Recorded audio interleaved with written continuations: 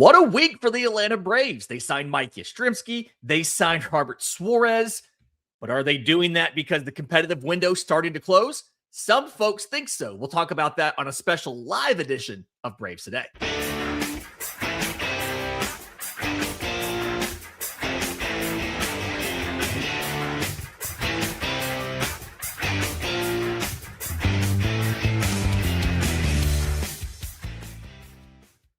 Yes, welcome on in to a special live edition of Braves Today for Friday, December 12th. I'm your host, Lindsey Crosby, award-winning baseball writer and podcaster. You can follow me on social media at Crosby Baseball. Follow the show on X, Braves_today. We're on Instagram. We're on Facebook as well. You can find all of my written work at bravestoday.com. That's the Braves Today Substack, as this is both a podcast and a newsletter. We're proudly part of the Believe Podcast Network and presented to you by FanDuel. Download the FanDuel app or go to FanDuel.com to get started. All right, live show on a Friday. Glad we're getting back to doing these. A couple things I want to talk about today. I want to talk about what is the next or final move for Atlanta to make this winter, right? You've found a fourth outfielder that can rotate in as the right-handed hitting portion of a platoon. You have added a utility infielder that can play literally anywhere on the field in Mauricio Dubon. You have two closers on the back end now in Raisel Iglesias, who by default will start off with the ninth inning, and Robert Suarez, who will pitch the eighth, but is also available to do the ninth and things like that. What is next? I want to talk about where they go from here. What are the options? What could happen? But before we do that, my friend Barrett Sallee over at 680 The Fan, talking about these two additions, talking about Yastrzemski, talking about Suarez, had a really interesting theory about why the Braves seemingly were a little more aggressive than normal and gave out a little bit bigger contracts than normal for what could be characterized as role players. And the gist of his, I'm going to play it for you in just a second, but the gist of his argument is that Atlanta's competitive window is starting to tick towards closing. And so I want to play the clip for you, and then I want to talk about the state of the World Series window. Here is from 680 The Fan. Here is Barrett Sallee. Suarez is enormous for a lot of different reasons. But the biggest one is that the Braves now have two of the top three free agent relievers. Two of the top three free agent relievers. They clearly went out to try to solidify the bullpen. You and I disagree a little bit about where the bullpen needs to be solidified moving forward, but I think right now, looking at where they are, this is proof that Alex knows the window is closing a little bit, because you look at these contracts, Ronald in 28, Strider in 29, Raylo in 27, Profar in 27. Ozzie has 2 more years. The window that they created back when they signed Ronald, and he was really the first one, Ronald and Ozzie, we're getting kind of close to the end of this thing. And now you convince one of the best relievers in the game, maybe the best reliever in the game, to take an 8th inning role with the Atlanta Braves, knowing that, yes, he's probably going to be the closer in 27 and 28, when the window really, as of now, is going to close, then you're going for it. And so it would not surprise me at all if you start to see the Braves start dealing very significant minor league pieces and saying, look, we know this is the time. Cam Caminiti, J.R. Ritchie, you're now going to be on the block. And look, if you're Alex, you listen to every call, right? Of course. If someone says, hey, I want Drake Baldwin. Okay, what are you offering? I want Ronald Acuna. Okay, what are you offering? No. But I don't think those guys are untouchable. I didn't before, but now after the Robert Suarez signing, I think if you got him in a room, you gave him some truth serum and said, okay, what's the motivation here? It's win now, but also win very, very quickly at a very elite level, because the window is, at least as of now, closing a little bit. Okay, so the gist of the argument, and I've written something similar to this, is about how some of these position player contracts are getting towards their natural end. and even some of the pitching contracts, right? Chris Sale is no team control after 2026. I still think they have a good shot at re-signing him. You heard like Renato Lopez is signed through 27. I understand the point that Barrett's making. And I do think there is something to the thought process of, I would not be afraid if I was Alex Anthopoulos. I would not be afraid right now to push a little harder at shoring up every single hole on the roster the best I possibly can, because you are going to have to fill a lot more holes in a few years, right? I do think one of the issues you have, and it's a larger piece I'm going to write, I'm going to think about and all that stuff. But one of the issues you have is from a position player perspective, you don't really have reinforcements coming from the farm system, not to replace the guys, right? You have Nacho Alvarez. Nacho Alvarez can play third. He can probably play second. He's not at the same level of, and in his prime, Ozzy Albies, who has arguably not been in that prime in a couple seasons. Austin Riley has struggled a little bit the last 2 years. But, Jerks and Profar, when Profar is done and Profar and Yastrzemski are both up after 27, as of now, you don't have an outfielder in the system to replace them, right? Now, you can get one there, but as of right now, you don't have a replacement there.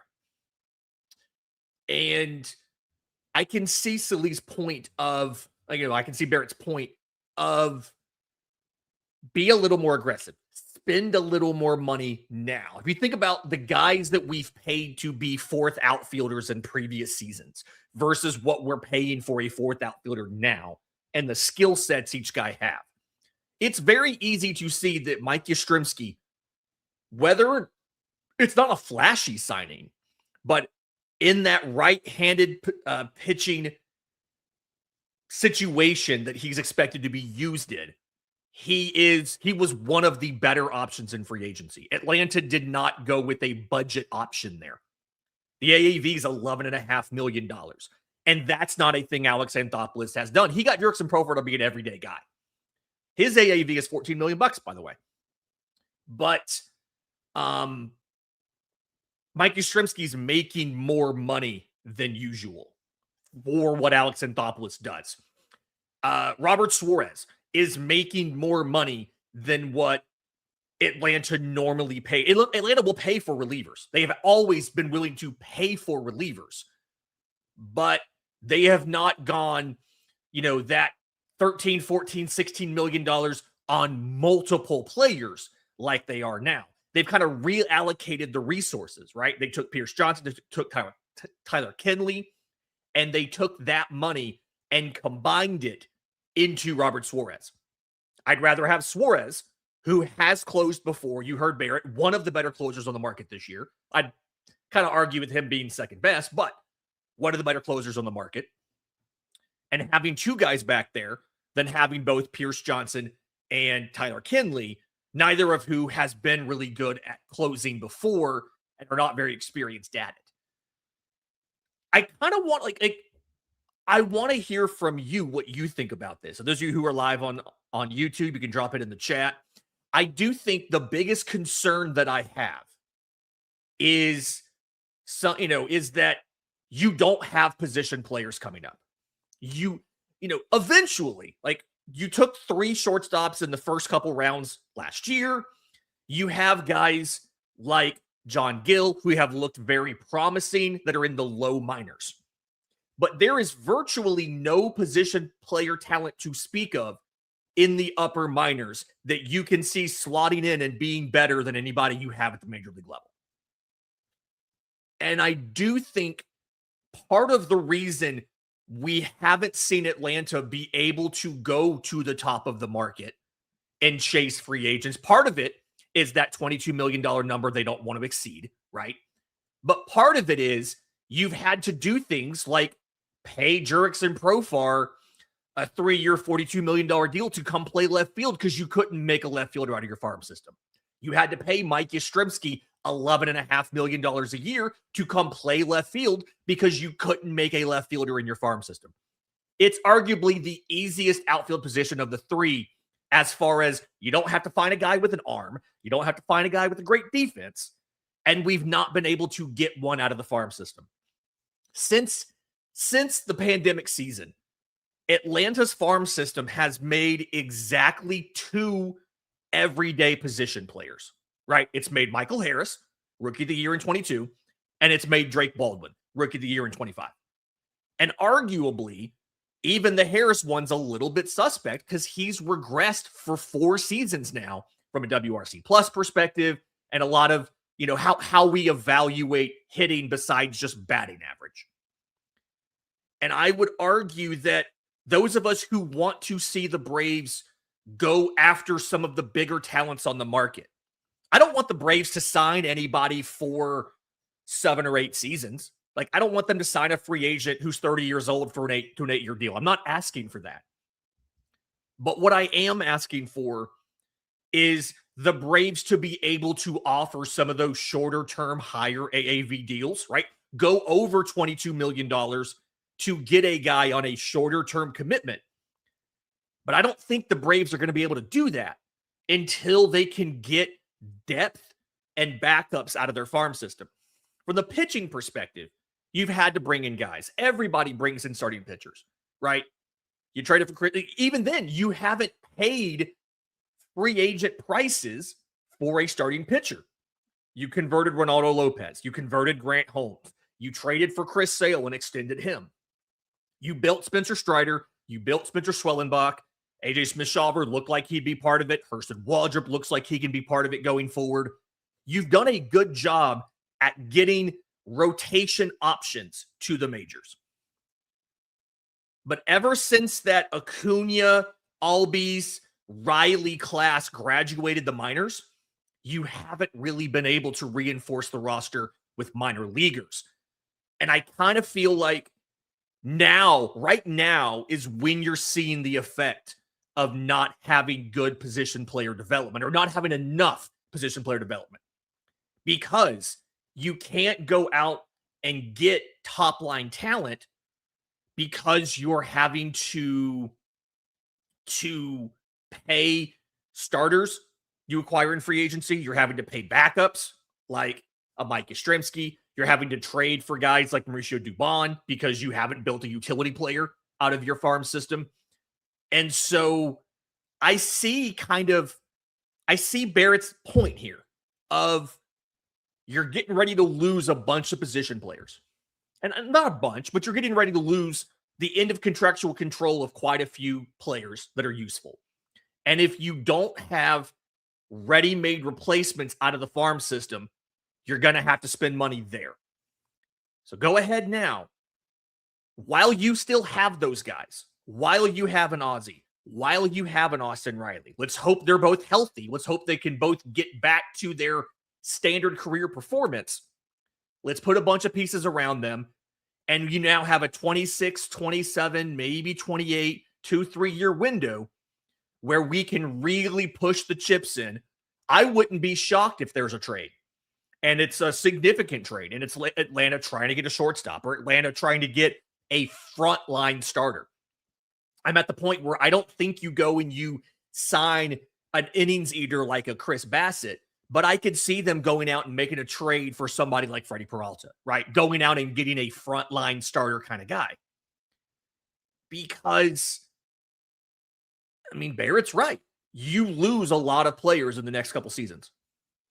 So push the chips in, and it kind of feels like Atlanta has. They're the only team in baseball that signed 3 top 50 players. Let's talk about what the Braves might do next. We'll do that right here on Braves Today. Welcome back to Braves Today. Lindsey Crosby. Want to hear from you, by the way. If you have questions, things like that you want to know about, drop them in the chat. I'll grab them in the third segment. We'll talk out your questions and things like that here live on YouTube on Friday. In the meantime, I'm trying to figure out what the best move for Atlanta to make is, because I don't think they're completely done. I honestly don't think they're done. The 2026 payroll as of right now It's probably about $240 to $241 million. It is up from last year. You finished last year just under 215. So they've already added 25, 26 million on the payroll from last year. The first tier of the luxury tax is at 244. And the cash payroll is 241, but the CBT payroll, calculated differently, is I had it here, is about 237, 236, 237, depending on exactly how much the arbitration eligible non-guaranteed deals and stuff come in at. It's about 237. So you've got 7 million until you hit the first CBT tier and actually get into the luxury tax. And then you've got another 40 before you hit that soft cap of the third tier. Reminder, first tier, it's a penalty. Second tier, it's a larger financial penalty. Like, that's it. And AA told us back in October, the end of season press conference, he told us that in the first and second tier, it's just a line item. It's just another salary, right? It's just another salary amount that you have to account for on your payroll. But when you hit that third tier, which is $284 million CBT this year, when you hit that third tier, now you start having draft implications. And the biggest thing is your first draft pick gets moved back 10 spots. And AA was very clear that he does not want that to happen. I pulled the quote from October. Hang on a second here. If you have these teams that are well over, you're losing draft position and things like that. There's a real opportunity cost there. The opportunity cost for us is just dollars. It's not, in my view, the same as moving back in the draft.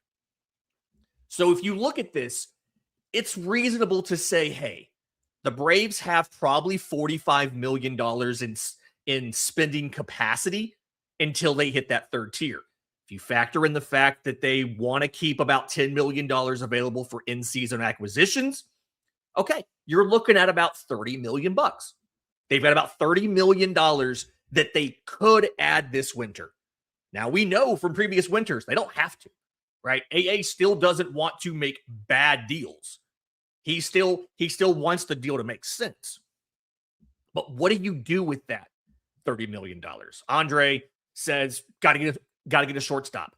I think that my first reaction as well is, if I have to make one more addition and only one more addition, I think I'm also going shortstop over starter. And the main reason for that is depth, right? A lot of people aren't really discussing the Mauricio Dubon situation with what his offense is going to do. Yes, he was good offensively in Houston. 2023, it's a 720 OPS. It was a 97 OPS plus. The 2 seasons after that, it went to 87, and then it went to 78. As he's gotten more and more play time in a season, it has absolutely become, his bat has slipped. 720 OPS to 657 to 644. It's still better than Nick Allen. Don't get me wrong. Still better than Nick Allen. But the value of Mauricio Dubon is twofold. One, he hits lefties really well. So situationally, short side of a platoon, he's very useful. And two, he can fill that platoon role at any position on the field but catcher, right? If Jurickson Profar gets popped again for PEDs or gets hurt or whatever, Mike Yastrzemski can play left field against righties. Dubon can play left field against righties. Dubon can play left field against lefties. And together, they equal a very good hitter in that combined situation. Both of them have OPSs of like 120 in that situation. But you can only do that if you sign a shortstop. And the thing that's going to be really hard for all of us to understand and be ready for is, if that shortstop is Ha-Sung Kim, it is going to take a while. Ha-Seong Kim is repped by Scott Boras. We all know that. And Bo Bichette is not. And what I think is going to happen, and talking to people in the game and things like that, is Scott Boras is going to wait on Ha-Seong Kim's market until Bo Bichette signs. Bo Bichette is, I think he's a Vayner Sports. He's not a Boras guy. But Bichette, to a lot of teams, and from an offensive perspective, is clearly the number one option. So when Bichette is off the board, everybody who needs a shortstop has to come to Scott Boras. So this could take a while. We don't know when it's going to happen, but it could take a while. And we know that Boras is probably going to do that because he said he's doing that with Cody Bellinger. He reps Cody Bellinger, and he has said that Cody Bellinger is not going to sign until after Kyle Tucker does. Kyle Tucker's not a Boras guy. He's repped by Excel Sports Management. So that's Casey Close, the same people that did Freddie Freeman's screwed up negotiations with us. And Tucker is going to sign before Bellinger does. Because once Tucker's off the board, if you want a very, very good starting pitcher, a very, very good outfielder who's defensively sound, and all that stuff, it's Belly or nothing, really. So here's the question. Do you wait on Kim? Do you just kind of sit around and you say, hey, we're going to wait for February? We're going to wait until the World Baseball Classic's about to start? Do you try to get it? Do you go give them extra money early to try to get him now? Right? He opted out of $16 million. I'm assuming he's probably shooting for $20 million. He might not get it. I assume he's shooting for $20 million. Do you go to them now and say, hey, we'll give you a week to take 21, 22, whatever? Or do you just wait? There's also a lot of options for trade. I've seen a couple of those in the chat. So let's take a quick break. When we come back, I'd love to talk about some of the trade candidates as well as answer the rest of your questions. If you have some, drop them in the chat. We'll do that next, right here on Braves Today. Final segment of Braves Today. Lindsey Crosby. Thank you to everybody who's here. Doing these live shows is a little bit of a vanity exercise, right? But I appreciate you guys being here. Real quick, I do want to point out, I find it really funny that the Mets have the exact same World Series odds after losing Pete Alonso and Edwin Diaz and trading Brandon Nimmo. I assume Vegas is thinking they're gonna make a bunch of ads. Find it interesting. But if you want to go check that out, FanDuel.com or download the FanDuel app. Okay. A lot of questions about shortstop. Couple different options here. And let's get to some of these. First one from JD Snowden. Do you see us getting CJ Abrams for a shortstop? I put this poll on social media, I want to say a week ago, maybe. And the overall consensus, it was closer than maybe I thought, but the overall consensus from Braves fans who participated was that they would rather the Braves keep Mauricio Dubon than go trade for CJ Abrams. And I think what concerns a lot of people about CJ Abrams is defensively, he does not grade out very well. And one of the major, he grades out, it's a couple different places where he does not do well. But one of the things that I picked up and I noticed with CJ Abrams is he has a lot of errors. A disproportionate number of those errors are throwing errors. His range is poor on StatCast. He's like second percentile in range, and by outs above average, it's like minus 11. He's never been a good defender at shortstop in his career. 4 seasons, minus 38, to the point where some people assume he's going to get moved to the outfield, except he's on a team that has a full load of outfielders already. So maybe you move him to second base, something like that. I think the issue with CJ Abrams for the Braves is I think you can fix some of the arm stuff, right? I think you can clean up a lot of that. My question is, can you actually clean up and fix the range thing? Because that's mental.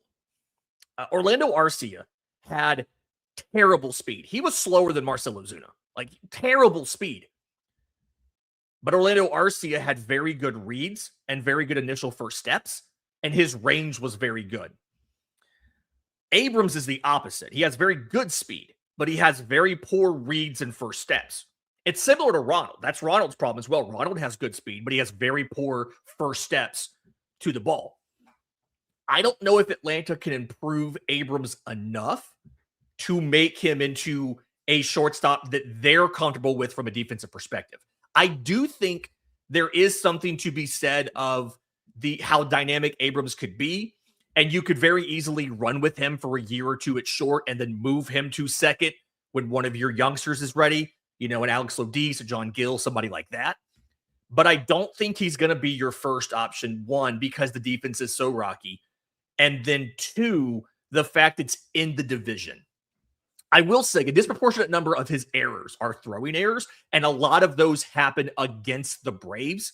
He's a local kid, so it's possible there's a mental thing that you can fix there. But I don't know if CJ Abrams is going to end up being the guy. More, and there's some comments in here in the chat about the defensive fit, obviously, but the clubhouse fit with CJ Abrams. You'll remember he was sent down to the minors at the very end of the season. I think it was last year or 2 years ago, because the team was in Chicago on the road in like the next to last series of the year. And he was out till almost like 5 a.m. or something gambling rather than being at the team hotel. They had a day game that day. And so they sent him down. He was disciplined. Supposedly they're all over it by now, but at this point, don't quite think that's going to happen. Waldrop for Jordan Lawler. That's from Enrique J11. I am not opposed to getting Jordan Lawler. You do have Mauricio Dubon who can handle shortstop if he struggles to acclimate to the majors. I don't want to give up Hurston Waldrop for it, though.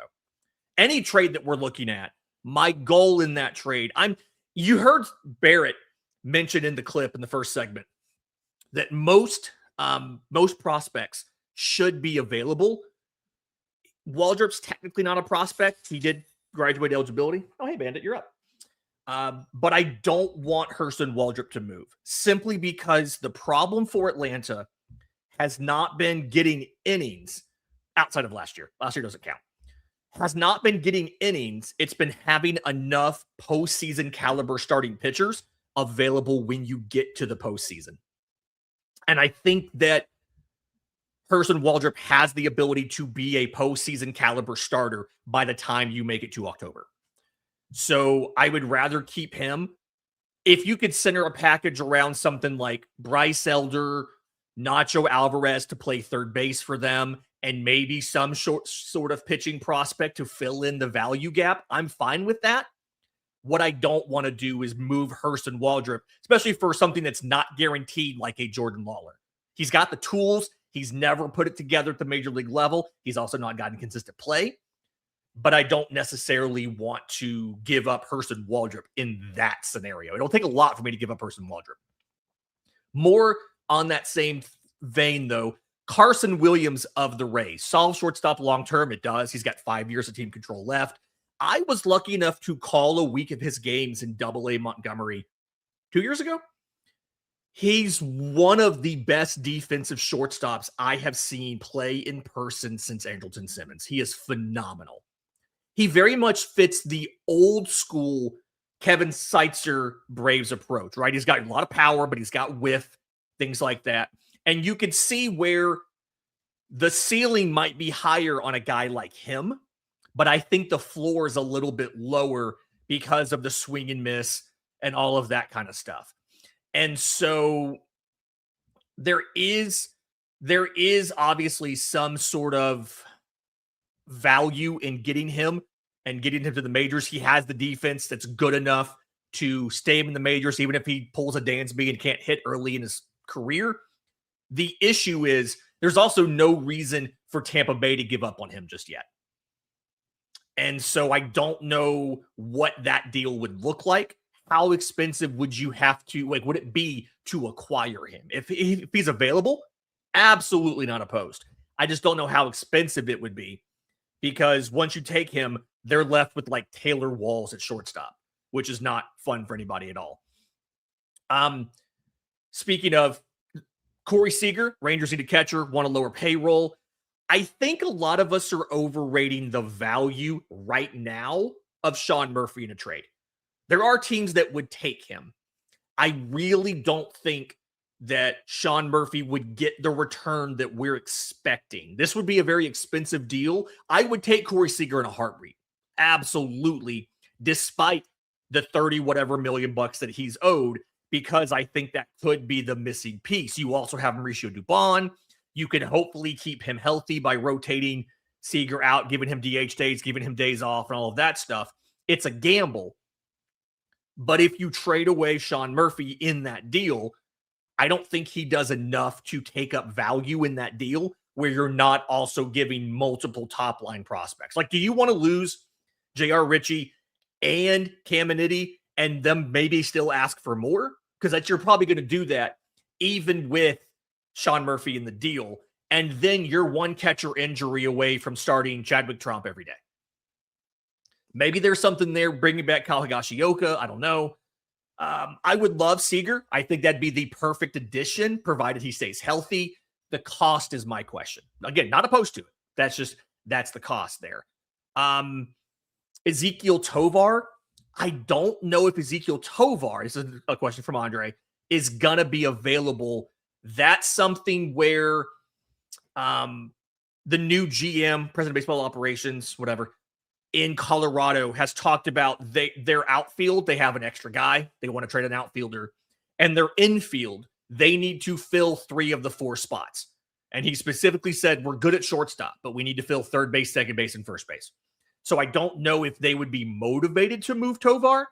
I would not be opposed. Apparently, him and Ronald Acuna Jr. are friends. So there is a pre-existing relationship there.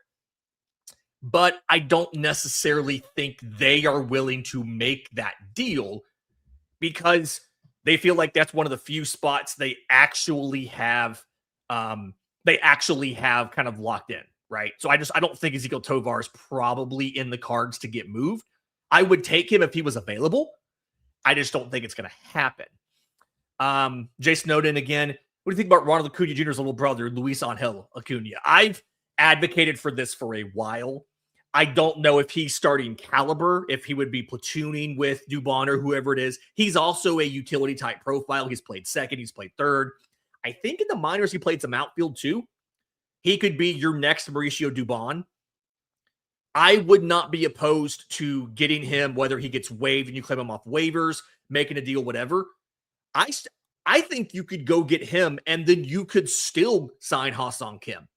And in essence, you're replacing Vidal Brujan with Ronald's little brother. Probably gives you a better ability to re-sign Ronald when it's time. So I've been a fan of this. I don't know if he's ready to be an everyday starter, but I think worst case scenario, he takes the Vidal Brujan spot on the bench as a guy who can do everything, and your bench becomes you have 2 catchers. Your bench becomes Yastrzemski, Dubon, the other Acuna, and Eli White. And that's a very athletic, very speedy, and very good bench. It's probably the best bench Atlanta has ever had under Alex Anthopoulos, which is a big deal there. A couple non-shortstop questions here. Lindsay, are you out on Skubal? I genuinely don't think that the Tigers are going to trade Skubal, but I think if they did, there's no way Atlanta could beat the package the Dodgers would give, the package the Mets would give. And so I honestly have not even considered what it would look like with Tariq Skubal and the Braves. Somebody who's going to be probably the most expensive trade we've seen since Juan Soto. If you can't think of a reasonable package for the Braves to acquire Soto, I can't think of one you'd be able to have to acquire Skubal. I just don't see where Atlanta can beat anybody who legitimately wants Skubal. The Dodgers could give them 2 or 3 very good pitchers right now, that are major leaguers that have innings. They could give them top 100 position player prospects. We don't have any of those. It's just, there's no way you could beat a deal from LA or the Mets or whoever it might be. When is Joe Jimenez expected to return? Alex talked about this on Sunday before the winter meetings, and they're going to get another health update later in the offseason, closer to spring. But he said as of right now, they are personally not counting on him to fill the 8th inning role or any other role in 2026. And I didn't take that to mean he's not going to be available in 2026. I took that to mean we were counting on him last year and we never got him back. And we don't want to be in a situation where, one, we need him to fill a certain role when he comes back, if he comes back at all, or, so what I think is likely to happen, he will be back at some point in 26. They probably start him off in some sort of lower leverage situation. But when Joe Jimenez is back, can you imagine a 7th, 8th, 9th of Jimenez, Suarez, Iglesias? That is probably some of the best 7, 8, 9 setups out of the bullpen that the Braves have had since arguably the prime of the night shift, when you had Matzik and Minter and Will Smith, Lou Jackson was in there, or even honestly going back to Kimbrel, O'Day, and Venters. Like, it's that could be a not quite generational, but that could be a very, very good back. And I don't quite think we all remember how good Joe Jimenez was in 2023. If you go look at that StatCast card, it's almost entirely bright red. So getting Joe Jimenez back, I think the smart thing to do that that AA has kind of done here is don't count on him. Don't say you have to have him, or say when he comes back, we're going to do this. But if you get him and he's ready to take a leverage role, you all of a sudden have a fantastic bullpen, and there's always guys you can get rid of. At the end of the day, if we have to DFA Joey Wentz or Jose Suarez to add Joe Jimenez, you will do it 10 times out of 10. And when we talk about money and guys leaving, that's another thing. Both Joe Jimenez and Aaron Bummer are off the books after this winter. So that's $18.5 million in payroll that drops off after this year. And unlike a lot of previous seasons, I talked about this at the end of 25, a lot of the guys that dropped off in 25, like Ozuna and things like that, their money was taken up by pay raises to other players. Spencer Strider's salary went up to $20 million this upcoming season. Sean Murphy had an increase in his salary. You don't have anybody who is getting a significant pay raise from 26 to 27. So you'll have more money available this upcoming winter into a lockout off season to make even more acquisitions, right? Some guys get cheaper. Ronaldo Lopez goes from $14 million to $8 million. You save $6 million on Ronaldo Lopez's contract. He goes from number 5 starter money to like 7th inning reliever money for 2027. Just another reason why, if we can keep him as a starter this year, there's so much value there. Question from David: where did the Battery money go? So the thing about the money that Battery is making is you can use it for baseball stuff. The Braves are still carrying expenses from building the ballpark. So there is debt to be serviced from the ballpark. They didn't completely pay for that up front. Most teams don't. But you can use some of that money. I advocated like maybe 2 weeks ago to use 1/4 of the Battery's revenue, the mixed use development revenue that you get from rents and all of that stuff, to pay the posting fee on Tatsuya Imai, the Japanese starting pitching prospect. I'm a little concerned about him being undersized, right? 5'10", 160 or whatever. But the posting fee on his contract will come out to about the same thing as what the Battery makes in a quarter. And so I said, hey, use that battery money to do that. The battery money isn't absurd amounts, right? It's not like they're bringing in 500 million a year from the battery and turning around and just keeping that. They make about, remember right, the last time, this is off the top of my head, 20 million bucks off the battery, which isn't a ton. But one, that's every quarter. And two, they don't have to share that money with the other Major League Baseball teams. Anything they make from the battery is not subject to MLB revenue sharing. So it's useful to supplement here and there, right? If you need a little bit extra to do something like pay a posting fee, the battery money could be useful there. It's not enough to be like, hey, we're going to use this and we're going to go to the fourth threshold and we're going to challenge the Dodgers. It's not there because you still have expenses for the battery you have to pay in the debt that you use to build the ballpark and all of that.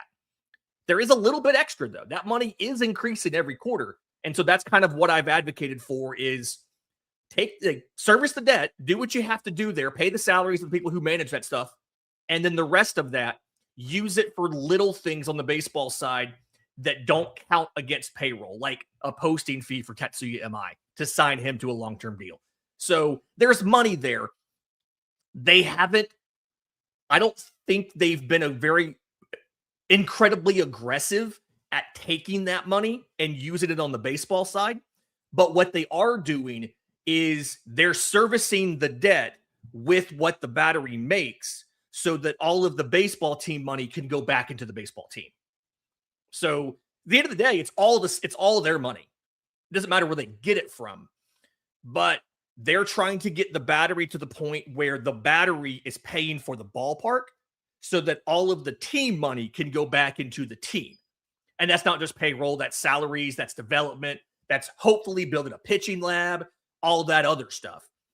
But so it's not like they're not using the battery money. They're not directly taking money from the battery and paying a payroll expense, but they're trying to get the battery to pay for the ballpark so that they don't have to do the rest of that. Last question here before we get out of here from Darren Richards. Can we afford a deal for Zach Neto without giving up more than one of Hurston Waldrop, J.R. Ritchie, or Cam Caminiti? I personally don't think you can. Whenever it's a guy that a team is not necessarily motivated to trade, which they're not motivated to trade Zach Neto, you typically have to overpay, and it has to make sense for them. Trading Zach Neto, I'm not going to say is throwing in the towel for the Angels, but it's very much it significantly hurts their ability to compete in 2025.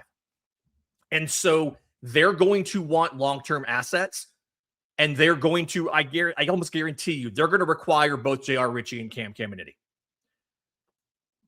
They probably will want more than that as well. Now, personally, would I trade J.R. Ritchie and Cam Caminiti for Zach Neto?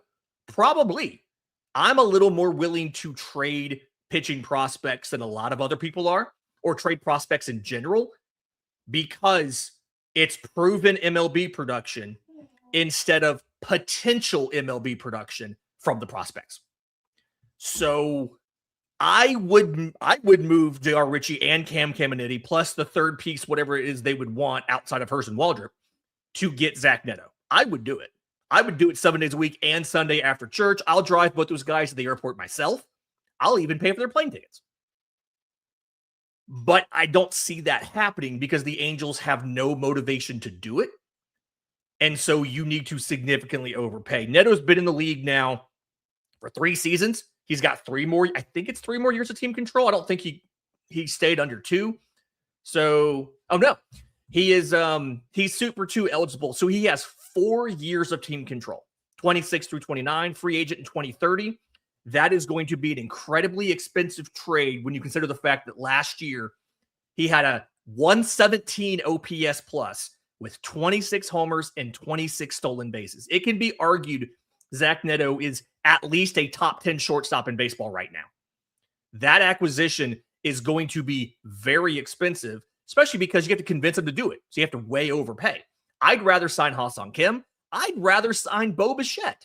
And I'm the person that does not want Bo Bichette at all because I feel like that deal will age poorly. I'd rather sign Bo Bichette.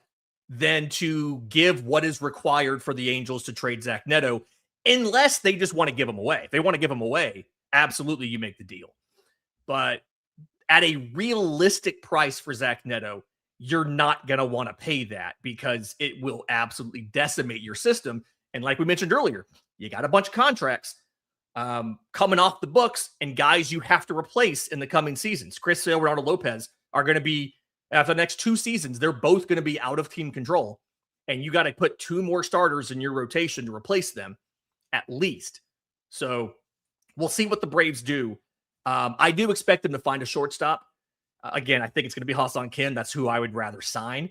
And then if that's the last addition, as much as I wanted us to get a big bat, I think you've done as good as you can at building the best possible bench you could have, as much depth as possible. I think you're probably done with the bullpen unless you find out Jimenez is going to be completely unavailable for 26 as well, which will make me assume his leg just got amputated.